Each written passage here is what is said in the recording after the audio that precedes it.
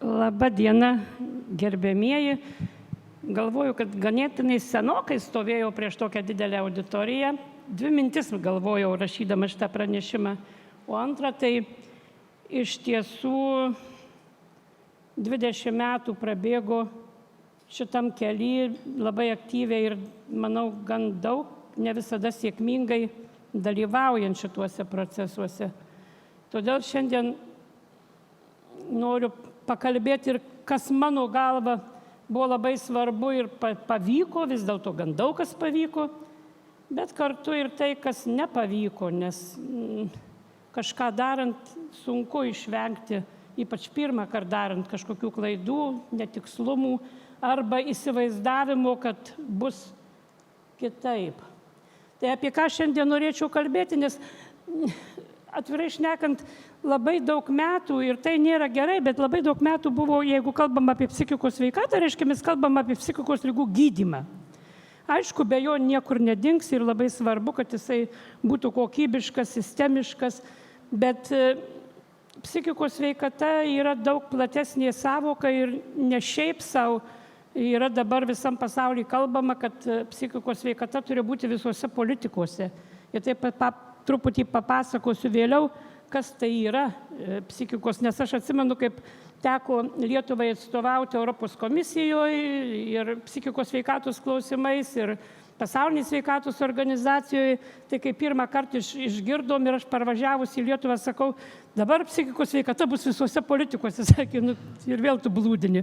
Tai yra realu, tik reikia suprasti, kas po tai žodžiais, koks turinys yra.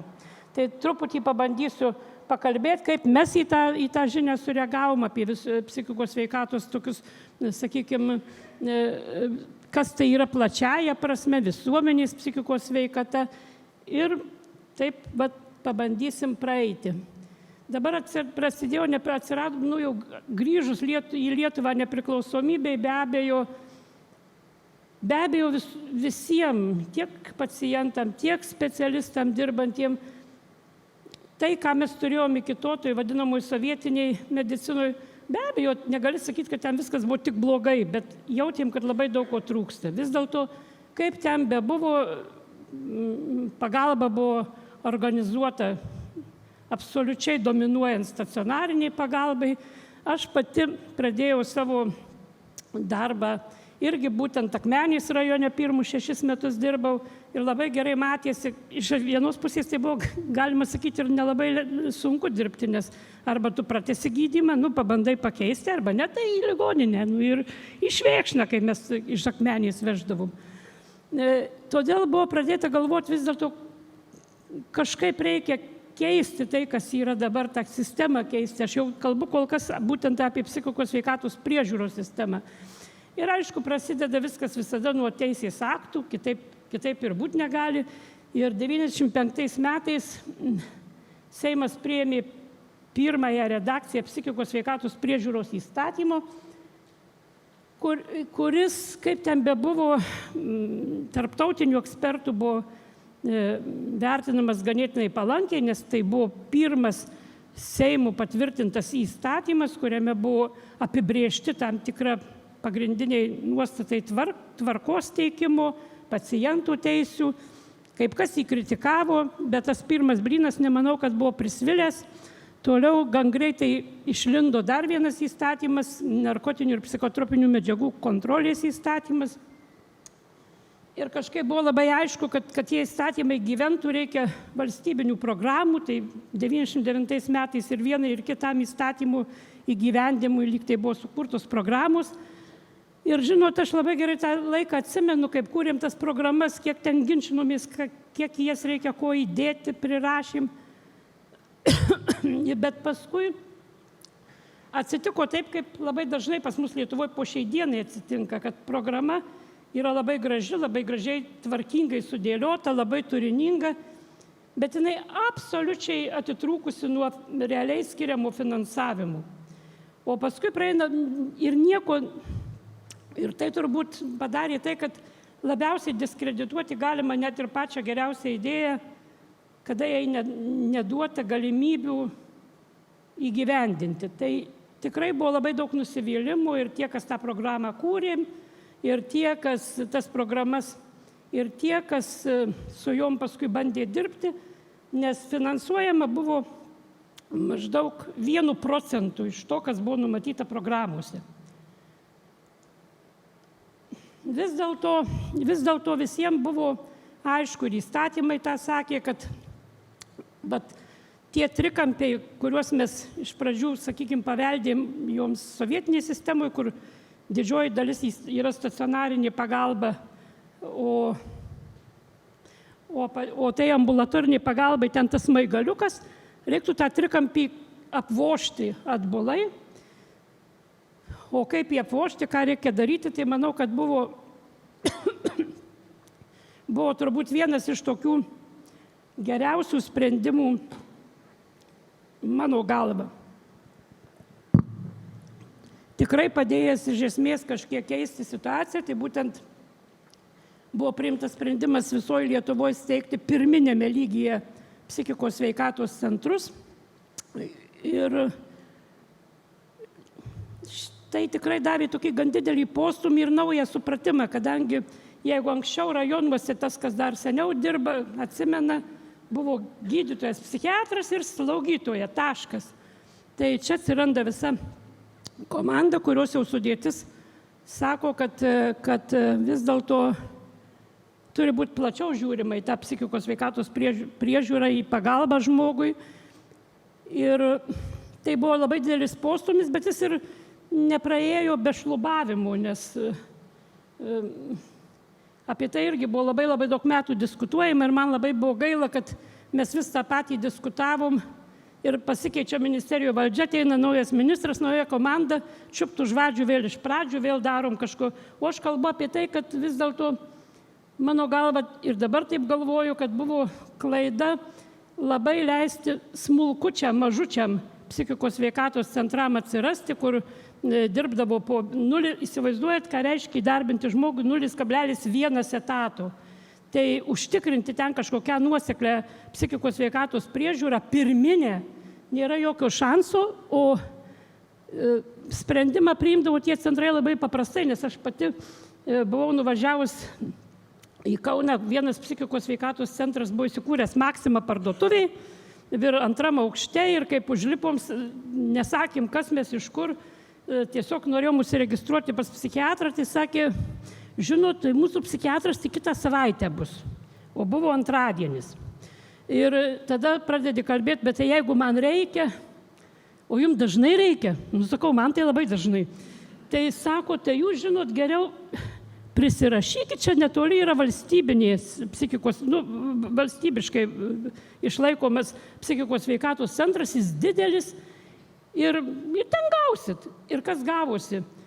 Tie centrai dideli, kurie vežė pagrindinį krūvį, o apmokėjimas jie už prirašytą gyventoją, jie susirinko ir tų aplinkui aplipusių mažiukų centriukų ligonius, turėjo ligotumą, sergamumą ženkliai didesnį negu vidurkis, o tie mažiukai savo su sveikais gyventojais sėkmingai, kad ir nedidelius, bet vis dėlto pinigėlius savo ėmė ir visai gražiai laimingai gyveno. Tai čia mano galva buvo ir išlikusi po šiai dienai ta klaida, sakyčiau. O šiaip centrai turi ką veikti, nes Lietuvoje yra čia higienos instituto duomenys, žinau, kad po to bus pranešimas su statistika, tai aš čia labai minimaliai jos minėsiu. Šiuo metu daugiau kaip 11% gyventojų turi diagnozuotą vieną ar kitą psichikos sutrikimą ir tai yra virš 300 000 žmonių, jeigu imti asmenimis. Ir per metus jie maždaug 1 milijoną kartų ateina į psichikos sveikatos centrus. Tai daug ar mažai spręsti kiekvienam. Vis dėlto psichikos sveikatos centrų, negaliu pasakyti, kad tai būtent tik centrų iniciatyva, nes tuo metu ir gydymo priemonės tobulėjo, bet vis dėlto ganėtinai ženkliai pakeitė stacionaro rodiklius. Kur tas lazeris, kodėl jis man čia nešviečia? Tiek to. tas raudonas viršutinis kleckas, tai yra būtent nepriklausomybės pradžioj. Vidutinė gydymosi trukmė psichiatrijos ligoninėje buvo 72 dienos. Čia buvo vidurkis. Ir paskui prasidėjus centrų veiklai labai staigiai krito iki praktiškai 30 dienų ir tai buvo labai svarbu. Bet paskui aš manau, kad mes kartais gal biškį ir persistengėm vaikantis to trukmės didėjimo. Šiuo metu jis yra, kiek žinau, apie 17,5 dienų vidutinė trukmė.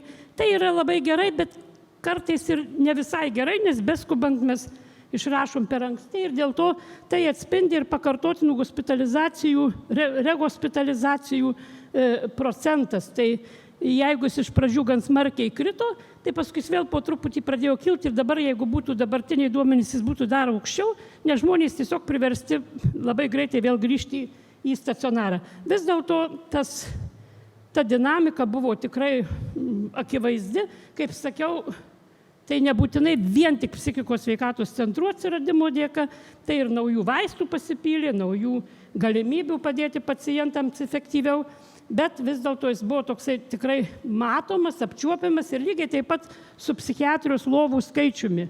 Jeigu mes nepriklausomybės pradžioj turėjom beveik 5400 lovų, tai šiuo metu jų yra likę 2500. Ir iš tiesų tai toks akivaizdus ženklus pasikeitimas. Bet tas pasikeitimas pačioj sistemoj, pačioj struktūroj pagalbos kažkodėl visiškai neatsispindėjo ant rodiklių sergamumo, ligotumo, ant psichikos ligų paplitimų. Ir teko pradėti kažkaip natūraliai galvoti, kodėl keičiasi kažkas lyg ir gydymo prasme gerėja, sistema kažką tai suveikia, kodėl vidutinė gydymosi trukmės tiek ženkliai sumažėjo, lovų tiek sumažėjo, o sergančiųjų mes turim iš principo daugiau ir daugiau. Ir matyt, atėjo tas supratimas, kad ne tik tai pačią psichikos sveikatos priežiūrą reikia kažkaip keisti, bet žiūrėti į tai plačiau. Ir 2007 metais irgi atsimenu, kiek buvo labai daug tų visokių diskusijų ir juokingų kartais, ir graudžių, bet vis dėlto 2007 metais vėl Seimas priėmė psichikos sveikatos strategiją.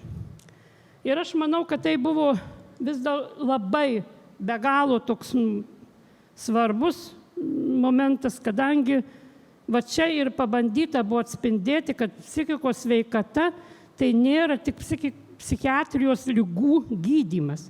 Ir jau tarp kitko, man atrodo labai gaila, bet savotiškai primiršta dabar šitą psichikos sveikatos strategiją. Nežinau, man toks jausmas susidaro. Bet jau ten, tada 2007 buvo įdėti pagrindiniai keli tokie principai, iš kurių, mano galva, ką jau ir ponas Rubikas paminėjo, tai būtent ypatingai svarbu tas mano supratimu, tas trečias punktas biopsichosocialinio modelio plėtroje, nes vis dėlto iš akcentų tokių vienareikšmiai tik į medikamentinį gydymą senai reikėjo pereiti į tokį požiūrį, kad ne tik medikamentinio gydymo reikia, kad tai yra labai dažnai su tuo susiję pacientui trukdant normaliai gyventi socialinės problemos, kad tai yra psichologinės problemos ir kad ta pagalba turi būti būtent biopsichosocialinė, tai būtent medikamentai turime galvoje, tai psichologinė, psichoterapinė pagalba ir socialinis fragmentas. Ir dar kas, šeštas punktas, mano galva, yra be galo svarbus, kad va čia ir prasidėjo tas įdėjimas psichikos sveikata visose politikose, kad norint, kad mūsų visuomenė apskritai, jau kalbu ne apie konkretų asmenį, bet apie visuomenę bendrai, būtų dvasiškai atsparesnė, laimingesnė, nes tarp kitko buvo darytos apklausos Pasaulinės sveikatos organizacijos, ką žmonės labiausiai vertina, tai Turiu pasakyti, kad mane Lietuva nustebino, nors gal ir nelabai, nes daugumos ES šalių tai buvo laisvė kalbėti, ką nori, o Lietuvos atsakymuose, kad prioritetinės buvo daugiau pinigų, kad daugiau uždirbtumėm. Tai buvo absoliučiai pirma vieta ir tai irgi tam tikrai atspindi visą mūsų visuomenės būseną. Ir šičia tas punktas, kad prioritetinė turi būti prevencija, psichikos sutrikimų prevencija prioritetinė, tai valio, bet kad tai turi būti ir sveikatos, ir švietimo, ir socialinės apsaugos strategijų gyvendinimo dalis. Kad ne tik per sveikatos sistemos prizmę būtų bandoma tvarkytis su visuomenė, su mūsų visumos, mūsų aplinkos dvasinė pusiausvyra. Ir labai gražiai čia šitą skaidrę aš parsivežiau iš Pasaulinės sveikatos organizacijos kažkada, bet jinai labai gražiai atspindi, bet 4 būtent blokai tų psichikos sveikatos sutrikimų turinčių žmonių ir jų šeimų plotmėje. Ir, sakykime, mums artimiausia buvo savaime, aišku, medicinoje tas rytis ir čia labai buvo daug kalbama apie tai, kad mes labai dažnai pavėluotai diagnozuojam, kad trūksta psichologinės pagalbos, kad informuotumas žmonių yra ganėtinai žemas, bet labai svarbios dalys ir tai, kas darosi paciento šeimoje. Ir mes iš tikrųjų ne vieną kartą esam turbūt patys savo pagalvoję, kada konsultuojam savo pacientą, kad gal namiškus labiau reikėtų konsultuoti ir kad jie nebūtinai kažkaip netaip elgėsi su savo vaikais arba su savo tėvais, ne dėl to, kad jie blogi žmonės, o dėl to, kad jie nežino, kaip elgtis. Ir dėl to tikrai jiems tokios paramos ir pagalbos reikia.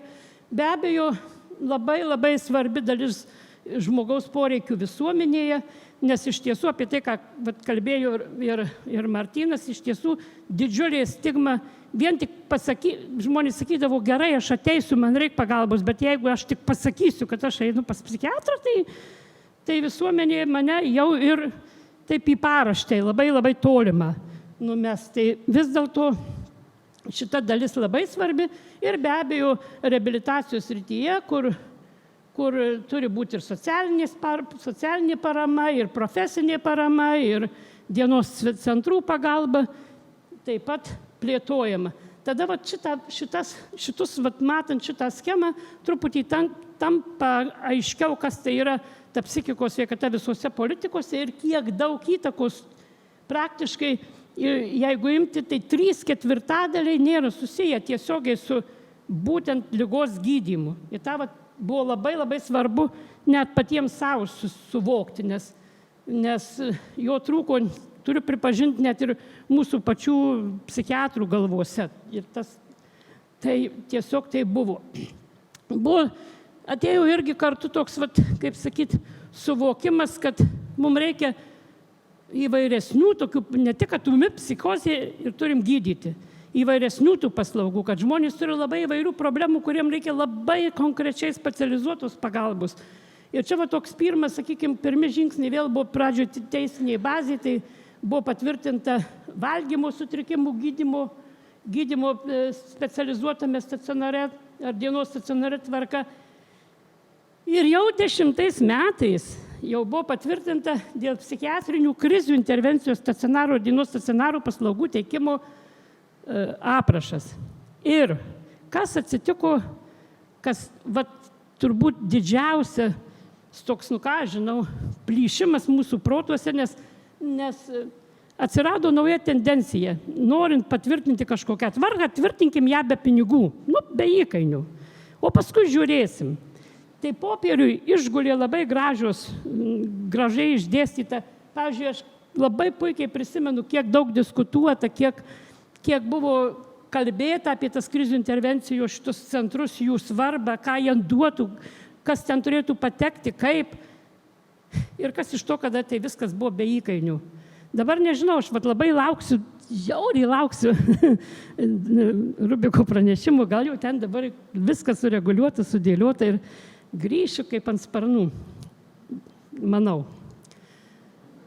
Toliau Lietuva viena iš pačių pirmųjų, bent jau Pabaltijai visiškai pirma, bet net ir iš Europos šalių, patvirtino tokį dalyką kaip profesinės kvalifikacijos reikalavimai menų terapeutams.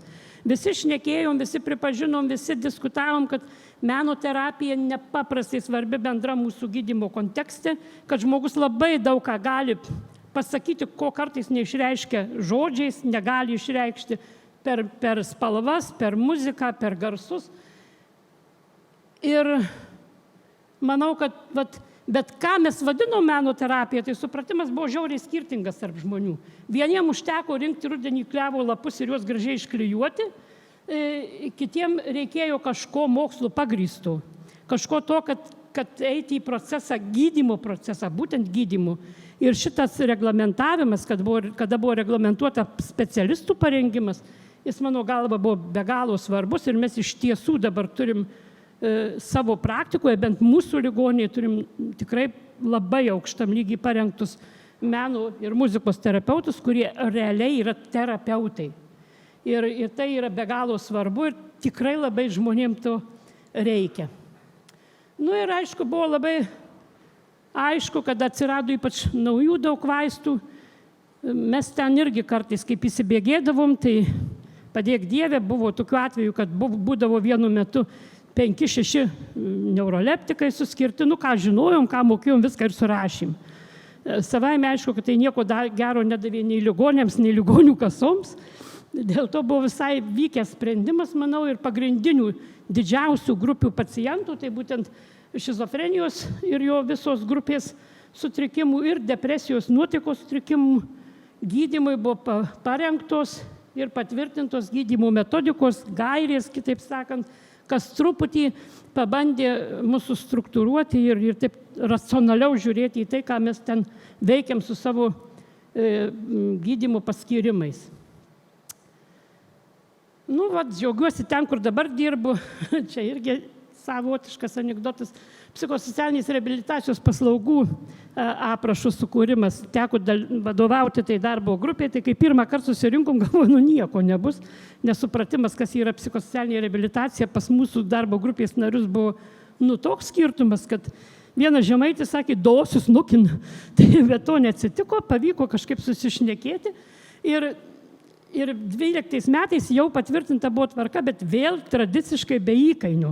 Džiaugiamės, mums prižadėjo, kad jis bus. Paskui šioks toks atsirado, toks labai mizernas.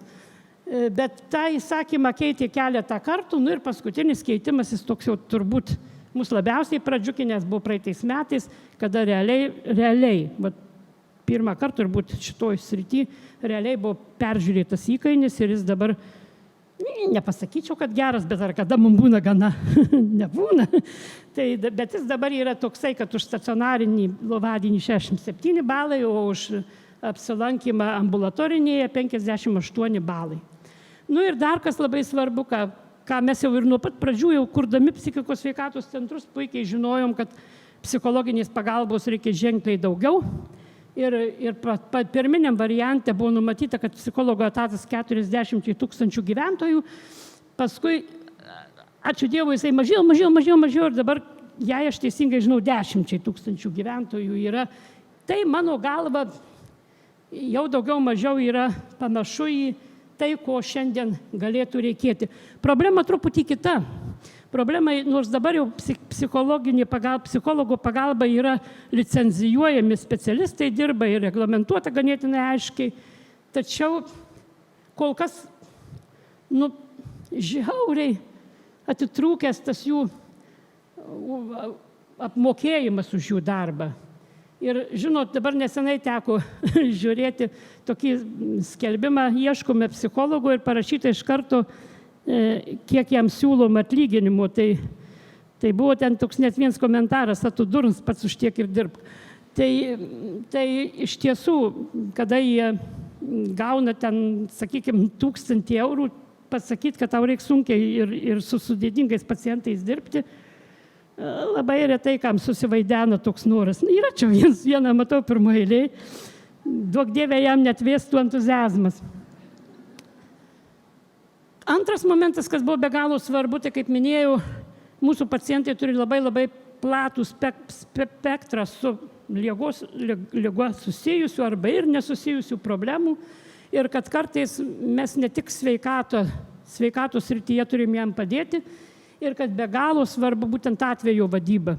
Realus atvejo vadybos principo įgyvendinimas, kad atvejo vadybininkas žiūri ne tik tuo momentu, kuo gydai ten daleiskim arba ką jam skiri, bet ir kaip jam apskritai padėti gyvenime orientuotis ir kad pas jį turėtų sueiti visi galai, kuris turėtų nukreipti ar socialiniai pagalbai, ar teisiniai pagalbai, ar dar kažkokiai tai kitokiai.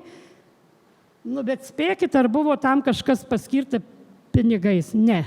Viskas iš vidinių resursų, dėl to labai daugelyje įstaigų jis ir liko toks gražiai nupieštas ant popieriaus.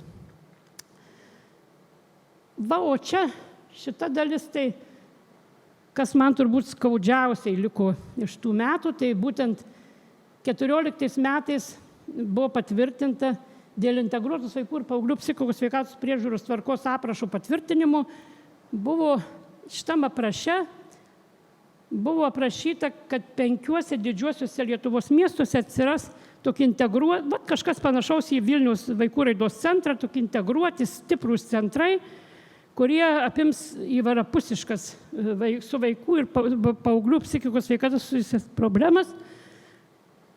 Ir mes tada ir važinėjom per tuos visus 5 didžiuosius miestus ir džiūgavom, tiek mes atvežę tą žinią, tiek vietiniai ją sutikdami, kaip pagaliau vaikų psichikos sveikatoje bus kažkoks proveržis, nes turim vis dėlto pripažinti, kad vaikų psichikos sveikata, nors va čia mūsų visų ateitis, bet kol kas, jeigu imti, sakykime, priežiūros galimybių gauti pagalbą, šitus klausimus, tai gerokai atsilieka nuo suaugusiems galimų pasiūlyti paslaugų ir labai daug buvo skirta dėmesio tam.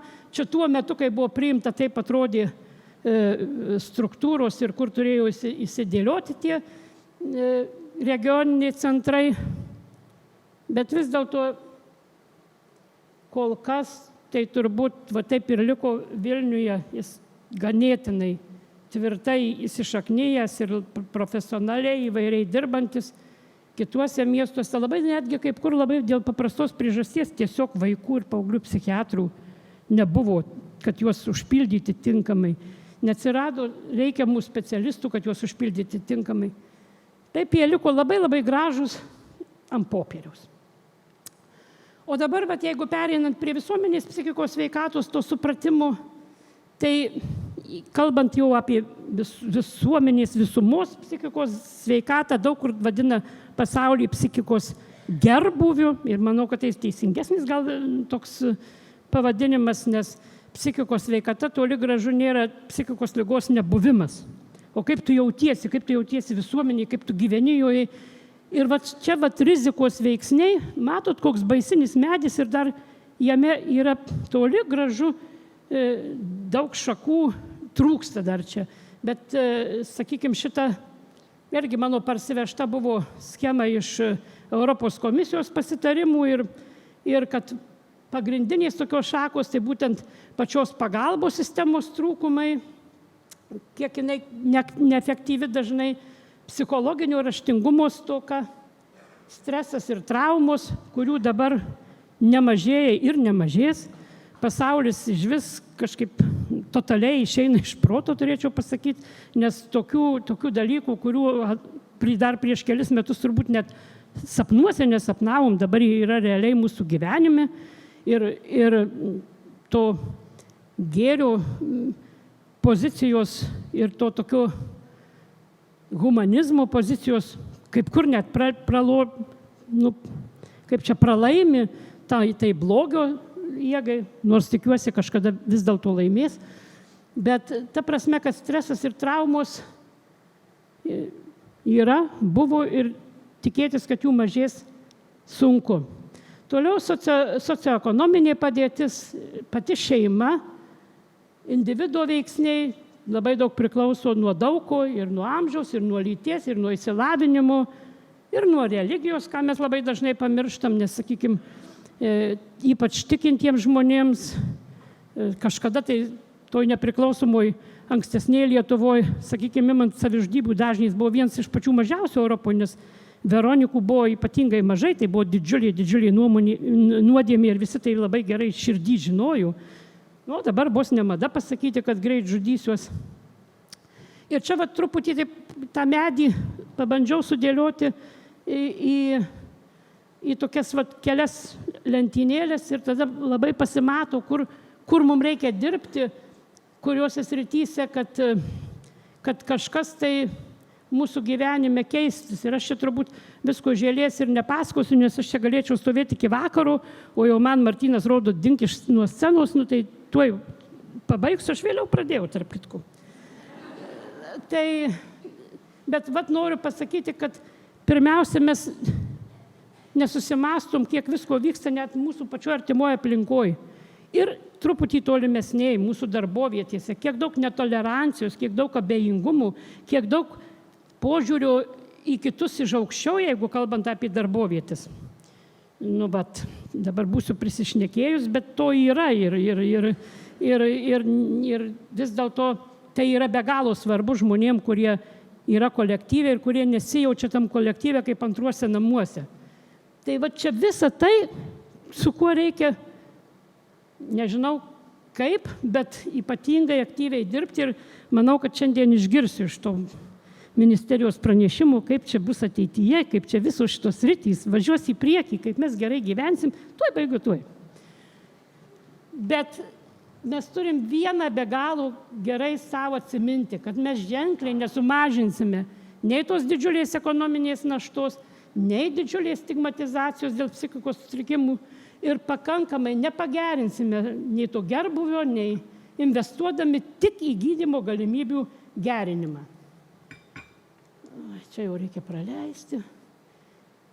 Ir šitam klausime vis dėlto centre atsiduria savivaldybė. Ten, kur žmogus gyvena.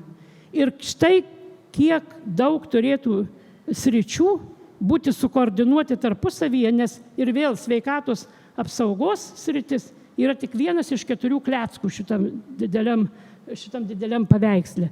Ir kiek daug institucijų turi tarpusavį koordinuoti veiksmus, kiek daug turėtų būti bendradarbiavimų tarp jų absoliučiai visų. Dabar savivaldybė nuostata ir sprendimas labai teisingas. Bet kiek jinai pajėgi, kiek jai duota instrumentų ir resursų, kad šitą viską apriektų ir susireguliuotų, nu, nežinau, man tai jų gaila. Ir dar paskutinis momentas, valstybė dabar labai garsiai ir aiškiai pasako, kad psichikos sveikata yra prioritetas. Kad tai sako yra labai gerai ir teisingai, bet ką daro, va čia yra visiškas disonansas. Ir apskritai, kalbant apie ligų prevenciją, čia dabar tikiuosi, kad tas skaičius Lietuvoje yra didesnis, bet kaip aš jį mačiau prieš porą metų, tai jeigu Europos Sąjungoje biudžeto lėšų skirtų visos sveikatos stiprinimui ir prevencijai, vienam gyventojui Lietuvoje buvo skiriama 6,8 €, Olandijoje 166. Tai yra 25 kartai skirtumas. Tai kol tokį skirtumą turim, tai ir sveikatos srityje, ir laimės suvokime, ir sveikatos suvokime, maždaug ant tiek kartų skirtumą ir pasiskaičiuokim. Nu va, ir baigiu. Dėl ko toks crazy? Dėl ko tokia... Ačiū. Jaučiuosi kaip teatre ant scenos. Dabar bisui. Dėl ko tokia crazy ta mano paskutinė skaidrė. Nu, jeigu jau ir psichiatrai praras optimizmą, tai kas tada jį išlaikys? Tai vat, manau, kad ateitis mūsų tas šviesus, spalvingas medis, to mums visiems ir labai linkiu. Ačiū.